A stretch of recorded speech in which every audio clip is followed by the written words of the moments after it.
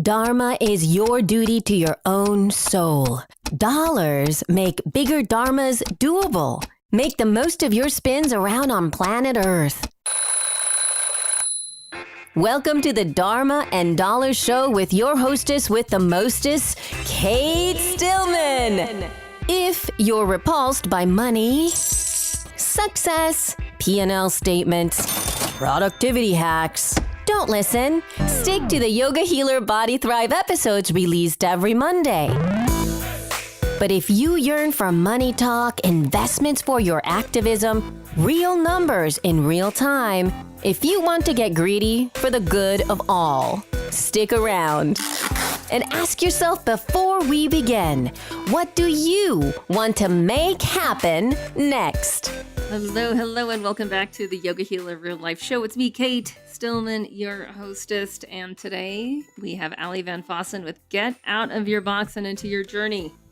It's a fun conversation. So Allie left her corporate marketing job to get her soul back, and yoga was the key for her get out of jail free card. She stopped numbing herself and started taking care of her body, her spirit, and soon the Journey Junkie was born. It's such a beautiful site. Allie has this background in corporate marketing, like I said, so she's really good at marketing. And so she's good at marketing the Journey Junkie, which means it's a really cool site to go visit and check out and do some of her yoga videos. So in this conversation, we talk about why the yoga and mindfulness movement co-arise with the follow your calling out of your cubicle movement. And we dive into how to be smart and brave and get onto the next chapter of your life. So stay tuned for Allie Van Fossen. Today's podcast is brought to you by Awake Living. If you are operating at a higher level of consciousness, if you know how to take care of your body, then you are eligible to apply for your free Awake Living coaching session at yogahealer.com/awake. We're coaching peeps who want to optimize their time, hit their goals, up their game, refine relationship resonance, and expand their wealth. Check it out at yogahealer.com/awake. This offer is time limited, so act now. All right, on to Allie Van Fossen of thejourneyjunkie.com. And you can check out her website to see she's got this great free yoga video channel, help you jumpstart your home practice. All right, here we go. I'm here with Allie Van Fossen of thejourneyjunkie.com. Welcome to the show, Allie. Thank you for having me. Yeah, you bet. So you're getting ready to shift your life from land to sea. I remember when I was making a transition with my business to go completely online, and I had to do something drastic for it to happen, because there's always this sense that you can just keep, doing what you're doing and sort of do whatever for you that might be like doing a few sailing trips throughout the year that are longer. But there's something that happens when you make the move. I know for me, when we bought a condo in Mexico, it was like a big deal to be like, no, we're actually going to leave and live down there for a while, and yeah, we'll be back. But there's something about when you actually make the decision to do something that all of a sudden a lot of transformation happens quickly, and you enter more of like a liminal space where you start to see a lot of things differently. So what's happening for you in that regard? Yes, I totally agree with you about mega transformation happening. And for myself and my husband, specifically for me, it's been about 2.5 years of continuing to work the corporate world. I have a degree in marketing, and I worked for a mega big beauty company. And from the day one, and this was my third corporate job, I remember calling my mom and saying my soul was being sucked out of me sitting in that cubicle. And I made a conscious decision at that point to get online and figure out how to build an online business. And it started off as a travel blog before I became a yoga teacher. And it has dramatically shifted for the better, I think. But I absolutely adore traveling, and I adore living a more free lifestyle. And I know my husband does too. However, he's very attached to his career of being an engineer, and it's taken a lot of coaxing and manifesting and dreaming alongside him to finally walk away from the box and the safety net and do something really, really lit up, something that we love to do. We're both born and raised in Florida. We scuba dive. We love the outdoors. We love the salty ocean. And we know we want children, but not right now. And this is our in between moment, I think, to take 4 to 5 years off. My mom calls terra firma and go float around and really tap into creativity. So it just so happened that at the same time, the Journey Junkie community has risen to now support me. So whether we were leaving to sail or not, I would be making that big jump. And it's in conjunction with us setting sail. So it's kind of both worlds colliding all at the same time to form this perfect union of just going for it. Yeah. Yeah, there's something that I love the term force function of like where you make certain often decisions and often they're not actually in the real world yet, that are often just in our mind that then make other things have to rise to the occasion, right? And it looks serendipitous from the outside, but there's actually a lot of mechanics in the mental space that are happening, right? So it's like you wanting an online community, you wanting to get out of the box and into a freedom-based lifestyle, right? And then all of a sudden, oh, the community happens to be right there with you. But there's a lot, yeah. It's interesting how, because I really found that I had set income targets a lot in that same year of that first. I think we bought our first condo in Mexico like 5 or 6 years ago, and I was like, I'm not going to miss my income targets just because we're leaving. So it means I'm going to have like, so what that does is it makes the mind work differently and generate different ideas. I think a lot of people, when they're stuck in that desk job or whatnot, it's because they won't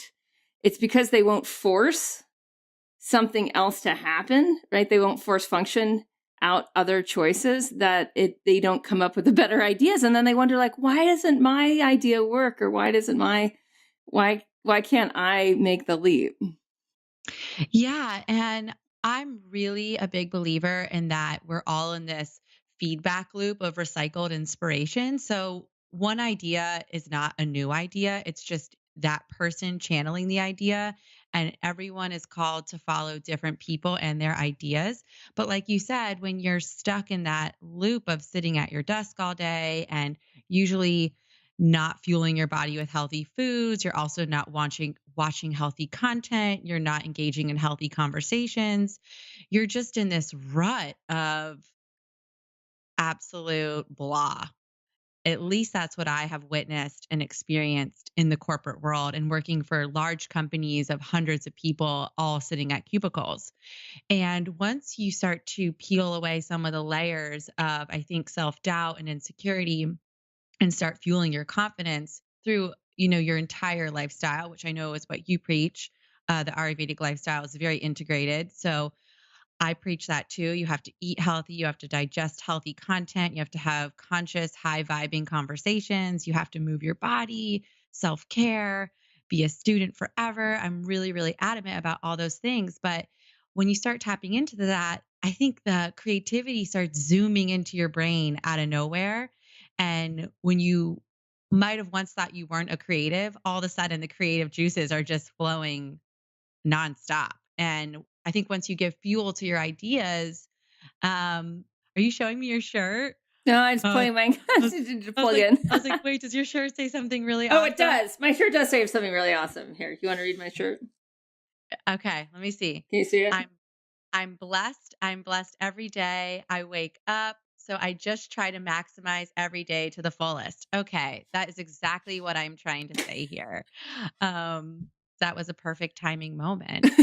So, yes, I think once we start tapping into these small voices of intuition and really giving them fuel to the fire, the creativity just starts zooming in and you start to view yourself as courageous and confident. You can start feeding into smaller ideas that become bigger ideas. And eventually you're trying to make something out of nothing and you have a business in front of you that you can really thrive and enjoy your life fully, wholeheartedly, unapologetically. Yeah, I agree. I agree with that, that we're all, the idea that some people are creative or other people are creative. Or I was even thinking about this morning in terms of, I was listening to someone talk about athletes. And I'm like, everyone with a body is an athlete. Like every Homo sapien is a creative. Like there's, and just these ideas of putting ourselves in these boxes and then wondering why we're unhappy with something or why we can't change something. So when we start to get that, like, okay, if you're in a box, you're keeping yourself in a box. And as you take yourself out of the box, you're going to have different thoughts. You're going to have different ideas. You're going to be attracted to different kinds of people. You're going to be attracted to different kinds of conversations. You're going to be reading different books. Like your whole, like everything is going to start to shift, and you're going to realize that you have more and more capacities, and that those capacities are creativity. Those capacities are, you're in a physical body. Physical bodies are naturally athletic, right? They're not potatoes.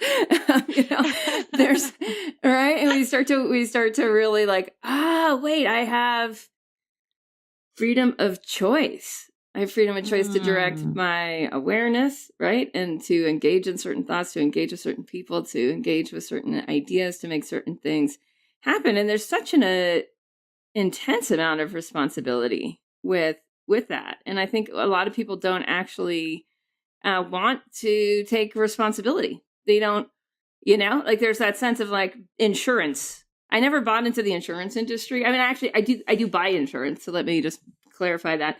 But that whole idea of, I remember being like 20, in my early 20s, and I was going into this career, and I knew I was going to be a lifer with yoga and Ayurveda. See where it morphed and took me. But so far, it just keeps going deeper. And, just my parents were just going to be like, but you need a job with insurance. And just to see how many people now that I coach through yoga health coaching, and they might be nurses, or they might, they may have a job with a corporation that pays for their health insurance, and they don't think they can leave because of insurance, even though it's costing them their creativity, even though it's costing them their life force. Like you were saying, it's costing them their soul, right? So they're trading insurance for their soul, even though the kind of insurance that they're getting isn't actually insuring their thrive. I mean, to me, it's like, whoa, like investigate your thinking, people.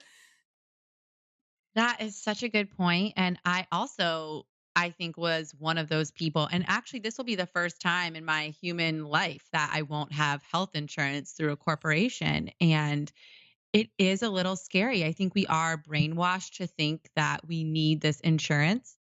But I love the point you made that it's actually this insurance to keep you in a box and not living your truth and following that intuition and tapping into creativity and messing up and making mistakes and learning from your mistakes. It keeps you in this very tight circle of, I guess, security, that you get to show up at a certain place. Someone is going to tell you what to do every day, and you're going to get an allotted amount of money for your time and efforts. And in the midst of it all, usually you have to be surrounded by people you don't truly connect with work that you don't truly desire to do.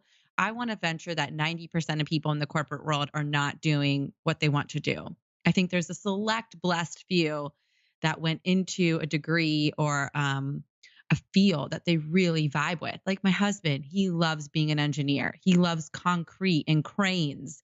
And he has since he was a kid. He built crazy Lego towns. And I find that so fascinating that he actually had a thought as a child and then pursued it in college and now actually loves the field he's in. It's so strange to me because I had such a different experience and I've been surrounded by so many people having my same experience. So I think there's this 90% group of people that are stuck in wherever they're stuck in because of the quote unquote insurance of staying safe and security. And really, I feel we're all going to wake up, at 70 or 80 years old and think, man, what happened? And I don't want to be one of those people. I'm just going to jump in there because I don't agree at all. Like, I think we're drugging our 70 and 80-year-olds so they never wake up. Like, I don't think, no, I mean, seriously, if you look at, like, I hang out with my parents and they're like, we're not on pharmaceuticals and we don't know very many people like us. And for them, it's, they're seeing more and more of that. When as a Ayurvedic practitioner back when I was seeing clients, it's like, you just see how many people come in with their pills and they're like, okay, so I'm on this and this and my doctor, blah, blah, blah. And, there's this, and we know from an energy medicine perspective that pharmaceuticals lower our vibrational field. They lower our pranic field. They lower our ability to learn from yesterday and implement it tomorrow.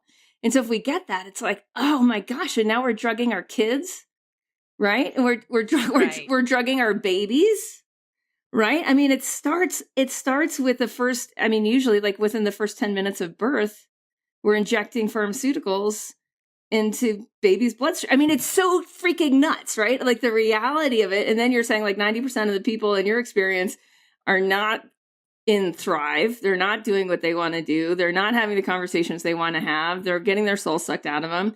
And they're paying insurance. So certain companies are getting like pharmaceutical companies, the insurance companies are doing just fine, right? And yet it's like at what cost? So when people start to wake up to like, okay, I need to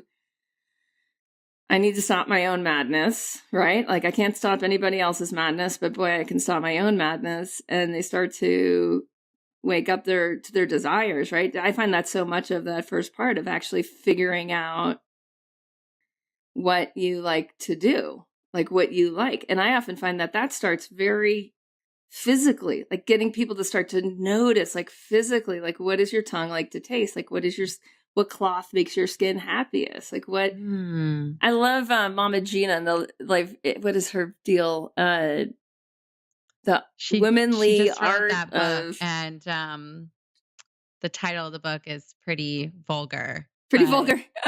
I was thinking of what she wrote a while ago about the womanly art, like and like her whole sense of like, just notice who you want to flirt with, right? Like just notice who, like what, whether it's a cat or a human being or whatever, and just notice that, like notice what you like and recover that. Because like when I hear you talk about the desk job and that leaving and now going on the boat and just being like stoked, there's this huge shift from putting up with what you don't like to saying yes to what you do like. 100%. And I agree with you. And I am probably a bit jaded about where people are at in their 70s or 80s, not having any grandparents anymore. I haven't really seen the evolution. Actually, I only had one grandparent my whole life. So, not seeing the evolution of, are they still sleeping all the way to their death? And so I agree with you that maybe we never even wake up and realize what we missed in our own lifetime. And gosh, that is terribly sad, terribly sad. And I think people like yourself and myself and many other people that I follow that are doing the work to help people awaken to what it is that fuels their body, mind, and soul is so critical. And each time I connect with someone and I hear about one step they're taking further towards, really tapping into living, I have this huge smile on my face because I know what that feels like. I had it in a yoga class, and that was me waking back up and recognizing, oh, I have this cool body. And I used to be a gymnast, and wow, I can do all these really cool things in this yoga class. And it had been probably over a decade since I moved my body like when I used to in gymnastics. And it really woke me up. I would say it took 3 years of consistent asana practice for me to start tapping into the mind and the soul part, the mind and the soul pieces of yoga. But I think that's pretty common for most people. Maybe also younger people that are doing more of the like vinyasa power flow stuff. But I just started to recognize, wow, I feel so good. Wow, I want to eat healthier. Wow, I'm being called to follow these new people that are out in the world spreading specific messages. And wow, maybe I don't want to party all night so that I can get to my 8 a.m. yoga class on a Saturday and not be sweating out alcohol in a hot yoga room.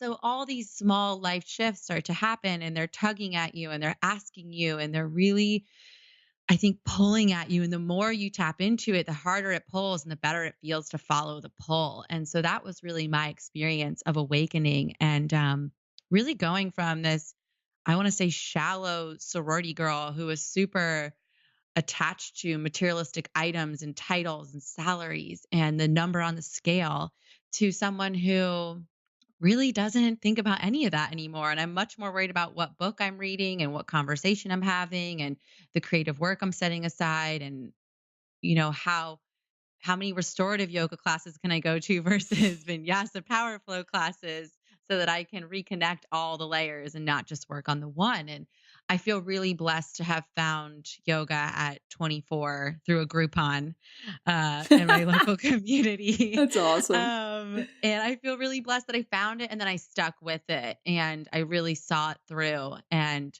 listened to that, that intuitive calling, like, hey, you really enjoy this. Let's go get a certification in it. And Yeah. then let's share it and let's use your marketing degree to share the passion, and I always thought, why did I go into marketing? It's not helping me. And then it all comes full 360 that when I want to start an online community, here's all these tools that I can now apply.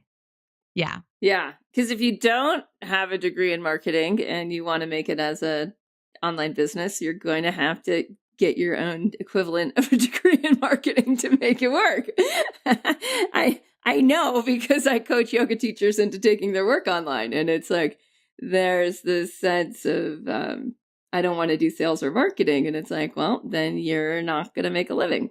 So yeah, that's huge. That's such a huge asset. And there's that sense, right? Where when it's like when we surrender to spirit or surrender to our soul or our dharma, it's going to use everything we got.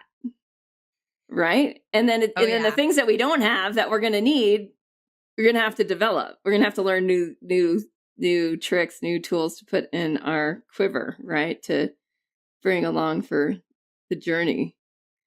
Definitely. And also be willing to let go of old patterns and old habits and start to recognize, what's not serving you. I think right into my yoga teacher training, we hit head on with gossip. My training director was really adamant that that is not part of the yoga lifestyle. And I noticed how many of my conversations with other women revolved around talking about other women and talking about things. And I very quickly started to tune into, all right, is it me? Is it the people it was almost every woman I knew. And so I kind of made it my journey to have more conscious conversations with friends and people I meet and stop having shallow conversations that are just keeping us on the surface, Yeah.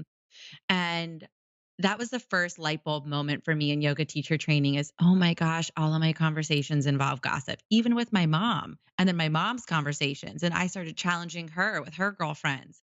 How can you have a deeper conversation, even if half of it's gossip and half of it's deep? Can we get there? Yeah. In the second part, we talk about how you don't have to do your own thing. You don't have to be an entrepreneur or self-employed, but how it's more about waking up to who you want to collaborate with, what you want to co-create, what the vibe of your day you want to be like. Stay tuned. You've done some serious work. You're operating at a higher level of consciousness. You know how to take care of your body. You'd like to uplevel other aspects in your life, your space, your time, your dharma, your flow, and your body. Ether, air, fire, water, earth. I'm taking a posse of peeps into the Awake Living course. 50 people will be selected to join this expedition. We're opening the doors to anyone who is feeling great and wants to uplevel how they align their life. Time optimization, space alignment, hitting goals, wealth expansion, and day-to-day ease. If you're interested in Awake Living, we have a super fun process for you to experience. Go to yogahealer.com/awake. Sign up for your free Awake Living coaching session. During your free Awake Living coaching session, you will refine the next version of you.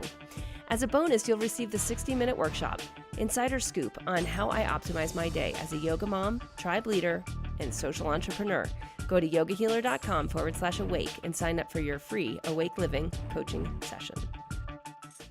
Mm-hmm. Yeah. It's like that, new tools, new skills, and even new ways of, it's like there's this, the way that I look at the chakras is that there are capacities, right? And so it's like the capacity of the throat chakra connected to the heart chakra connected to the third eye chakra, right? The chakras on either side. It's like that's what that puppy's designed for, right? So if you're going through, I love that. Your yoga training, you're developing all of these 7 capacities, which are glandular on one level, and on the other level have all these psycho spiritual dharmic necessities, really, like where it's like, oh, okay, I got to up level my speech. All right, to be able to communicate, I'm going to need to up level my speech, which means I'm going to have to like unearth my heart, which means I'm going to have to like wake up my intellect. Like there's a lot of stuff that's going to have to happen simultaneously. I just want to go back to part of the conversation where you were talking about how the yoga, like doing the yoga practice, helped you transition all aspects of your life. Like without that piece of it, and it's not just that your career is now tied to yoga, like that I actually see is very secondary, but that like the primary of waking up to you and your soul, like you had to do something different in your body. You had to like get back connected into your breath, into your body, into what woke up joy, right? And you had this whole background in gymnastics and whatnot. And I just see this very much parallel if we take like a very systems approach or a bigger, take a big step back to why are these movements co-arising? We have the freedom business movement. We have like the solo entrepreneur movement. We have the new age mind body wellness movement, right? We've got like all of these things. We have the minimalist movement, and like, why are all of these things co-arising? And it's like, if we start to tap in, and for anyone who is listening and is stuck or knows someone that's stuck, for them to actually get this at all, it's not random that all of these movements are co-arising. They're all mutually supporting the different elements in each other, right? And so that you get a whole, much more whole experience of a person. And I also want to just throw in too that it's not like everybody has to start their own thing, right? Like someone like you or I who we're naturally can hold the extrovert card. We can naturally put ourselves out there. We're not afraid of what the world thinks of us. We're not going to like go hide in a closet. We're not afraid to grab the microphone, right? Like pretty natural solopreneur type personalities, right? But for someone who's not that and is more of a supporter type or more of a mechanic type, like still the message is the same of like, where can you find your counterparts? And it might not look like doing your own thing. It might look like doing a cool collective thing, right? It might look like being in a business where there's already those people that are like that. It's just finding that level of resonance where your puzzle piece fits into their puzzle pieces in a way that is a go and makes exponential growth happen, not just for whatever you're building or selling, but for you on a personal level, on every, interrelational level, but also your body, your spirit, your mind, like your soul, like your psyche to show up and create with those people. Yeah, on that topic, I just started a podcast with my girlfriend, Carly. It's called Truth and Dare. And Carly is one of those people that I could recognize how much she needed to share with the world, but she wasn't the type like you or I to hit the ground running and create a website and figure it out on her own. And so I asked her to first start guest posting on my website. And she really found her voice through sharing different things that she's passionate about. She's a marathon runner. She's heavily involved in women's politics and is very well read on it. And I knew she had a message to share. And once she started writing for my website, I saw the thread and I saw the moment that we needed to create a conscious conversation together. And I invited her to start a podcast with me. And I will say it's beautiful to collaborate and have someone to lean on and not do all the work yourself. And I think that we can help elevate people to their highest potential by just inviting them into the conversation in a very small way and slowly building up their confidence and bringing them to the space where they feel that they're living that sense of entrepreneurship in whatever capacity that is, right? It could be that you're attending a local farmer's market and selling XYZ goods or helping a friend at a farmer's market. It doesn't have to be this big online world of glitter and sparkles and selling yourself and making beautiful graphics. It can be so local and grassroots.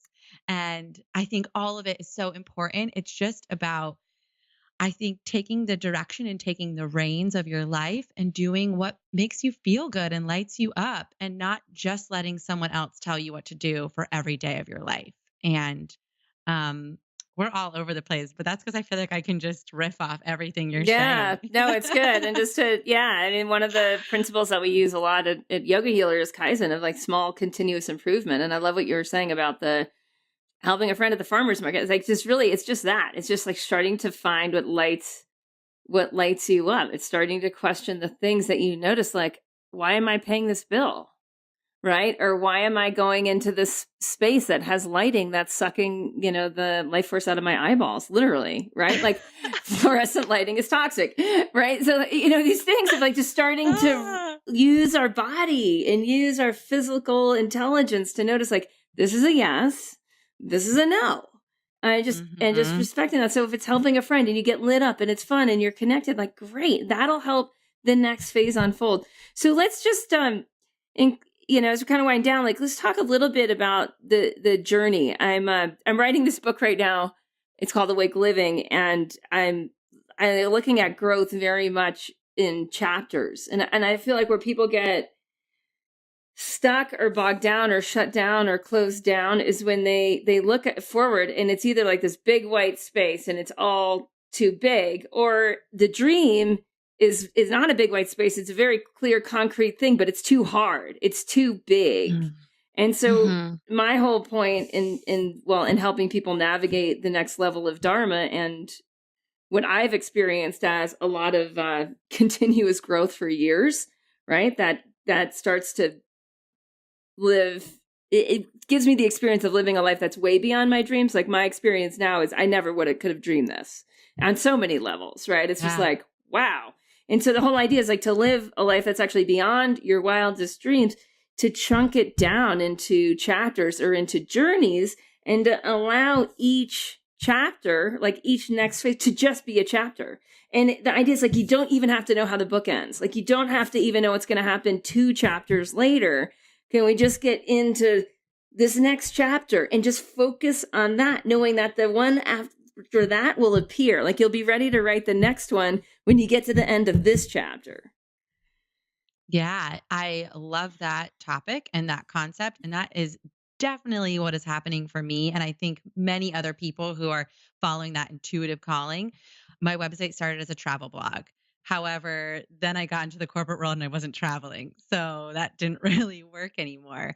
Then I got into yoga teacher training. And one of my big fears was taking the shift from travel to yoga and not feeling like I was valid enough to write about it on the internet and that I didn't know enough yet.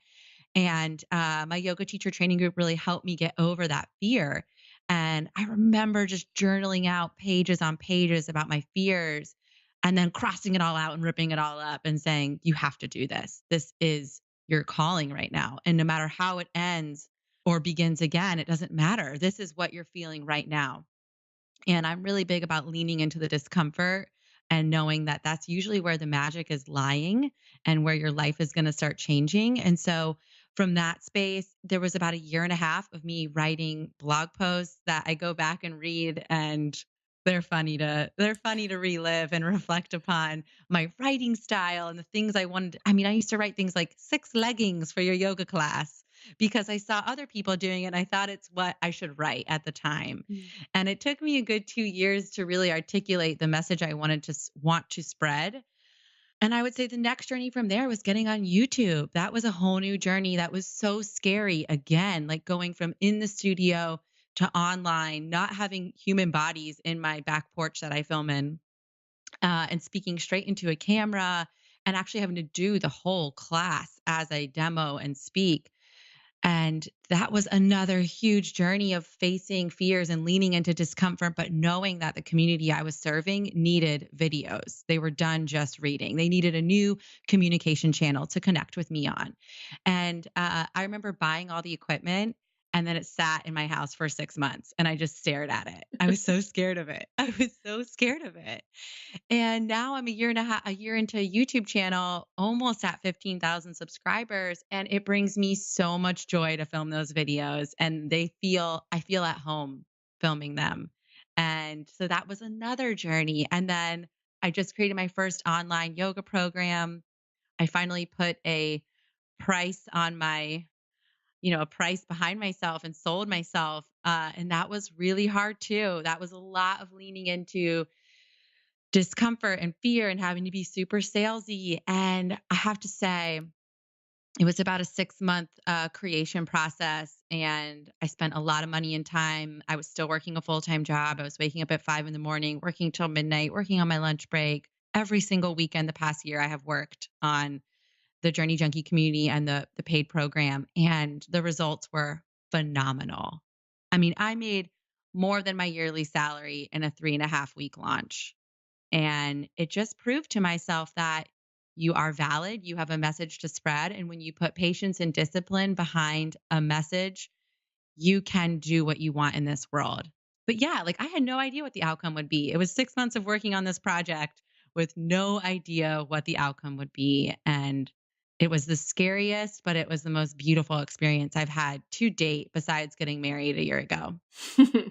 Yeah, I mean, I think that really brings up, it's like when we're writing the chapter, we don't know how it's going to end. We don't know. And my husband and I were talking last night about this next phase of growth that we're in, and we're in this little bit of a pulling back as things are settling before this next thing goes forward. But you get used to the rhythms and the cycles, and they don't freak you out quite as much because it's like, okay, we're in that part of the cycle. It's like this pulling the arrow back part where we're no idea where we're shooting next. We don't know where it's going to go. But we have it, we're just getting in that feeling sense. And then this deeper trust and confidence in the actual phases of journey. Just like, life works in chapters, like life. Right. Dharma works in phases, and you get more skills with each turn that are then used. And then sometimes, like right now, I'm not using a whole bunch of skills that I have because I'm developing other skills. Right. And allowing other people to take on bigger things that, I used to do so that I can do bigger. And then just seeing like, that's a continual process. We just actually can, it never, in many ways, it doesn't get less scary. We just get more used to like, it's scary. Like, I'm in the scary part. Yes. I follow pretty closely Elizabeth Gilbert and Brene Brown, Dr. Brene Brown. And two things I want to touch on is Elizabeth Gilbert talks about how fear is part of our being and we can't get rid of it. And it's always going to be in the car with us. But she talks about in Big Magic, fear isn't allowed to choose the radio station. It's not allowed to give directions. It can't choose the snacks on the road trip. Right. It will always be there, and we have to honor it, but we have to get more comfortable with the fact that it's not allowed to make decisions. And I love that metaphor, because you can't be fearless, because it's a part of our being to keep us safe. But you can most certainly become more aware and close to your fear. And like you said, recognize when it's coming up, like, oh, hey, fear, how's it going? Yes, this is scary. We're doing something new. I'm releasing control. I'm tapping further into my being.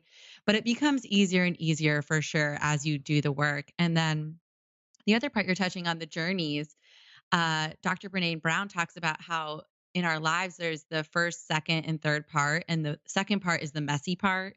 So as you watch a video or a movie or a sitcom, like Law and Order, they open up with dun, dun, dun, the murder has happened. And then all of a sudden, the rest of the episode is how they're solving the case.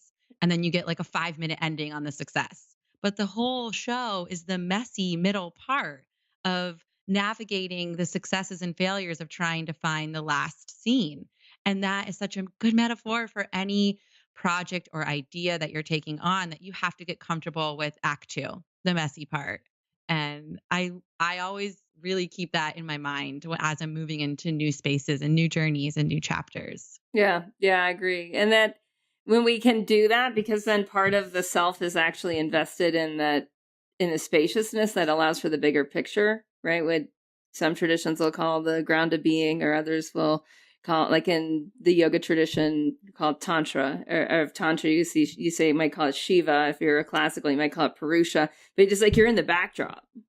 Because then you're in the backdrop simultaneously with the action set of the movie. Right? When you've got both, you're actually in ease instead of in stress with the reality of what's happening, right? So it's a totally different operating system for your nervous system.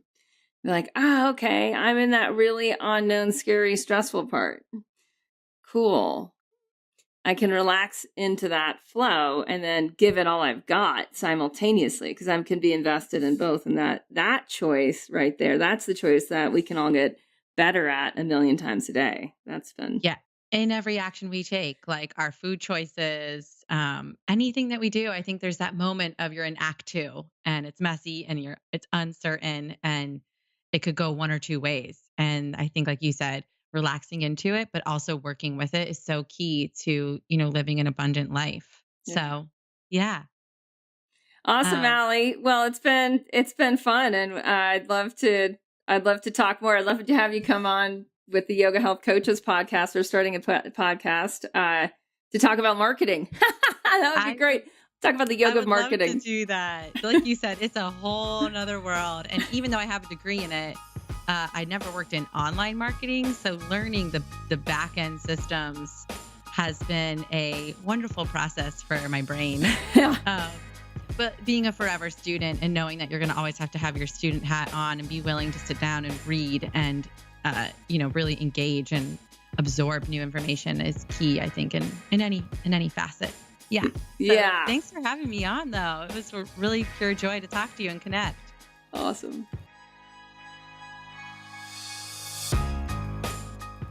Stay tuned for a quick Q&A with me on how do you elevate a conversation into a dynamic, sparkling conversation.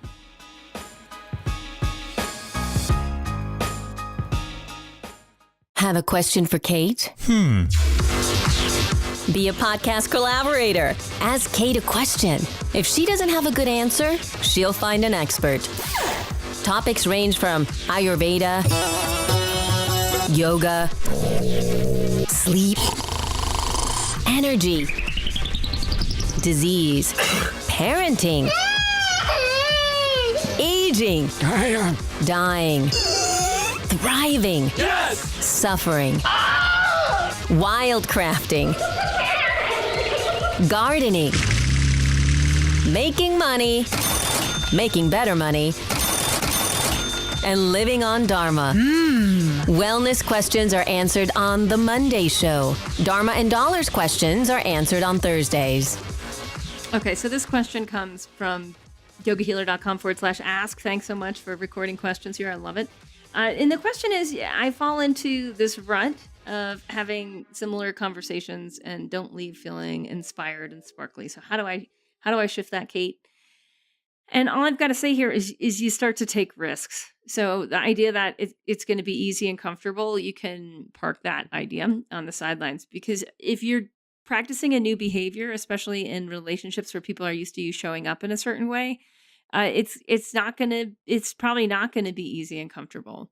But it becomes much more easily and much more comfortable. It becomes much more natural to follow your interest in the conversation. So just start with that. Like, where are you naturally interested the conversation go?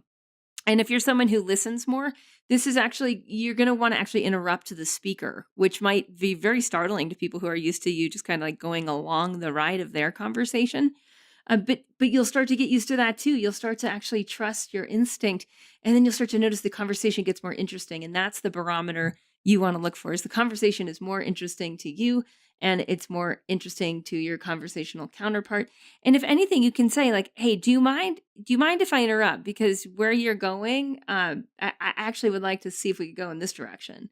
And most people will be like, oh, okay, cool. And if they're not, and they really just want a listening friend, then tell them to call their therapist, really, right? Unless that's who you are for that person. And sometimes we all do just need a listening friend, in which case you can train your people to be like, hey, is this a conversation, or do you want someone just to listen and to reflect what you're saying back? Because there's a time and a place for that. Absolutely. No doubt. Is massive. I need that a lot, right? Of like, hey, can I bounce some ideas off you? Can you tell me which one sparks? Can you tell me what you hear? That's awesome. But I then learned to preface a conversation in that way. So I hope that's helpful, just a way to get you started and getting your conversations a little more sparkly. Remember, follow your interests. Don't be afraid to interrupt. And if the person just wants someone to listen and reflect, then get really clear on the kind of conversation that you're having. Okay, next up on the podcast next Monday, Donna Farhi is back with her newest release, Pathways to a Centered Body, which she co-authored with Leela Stewart. And it is remarkably illustrated. It is one of the best books you've ever seen on the yoga of healing back pain, of the yoga of why we get injured. And in the podcast, she talks so much, you're going to get so many intuitive hits. I know I did. It actually really changed my practice overnight. So tune in Monday to the Yoga Healer Real Life Show. Have an awesome weekend. Toodaloo. Yoga Healer Real Life Show with Kate Stillman. Yoga Healer.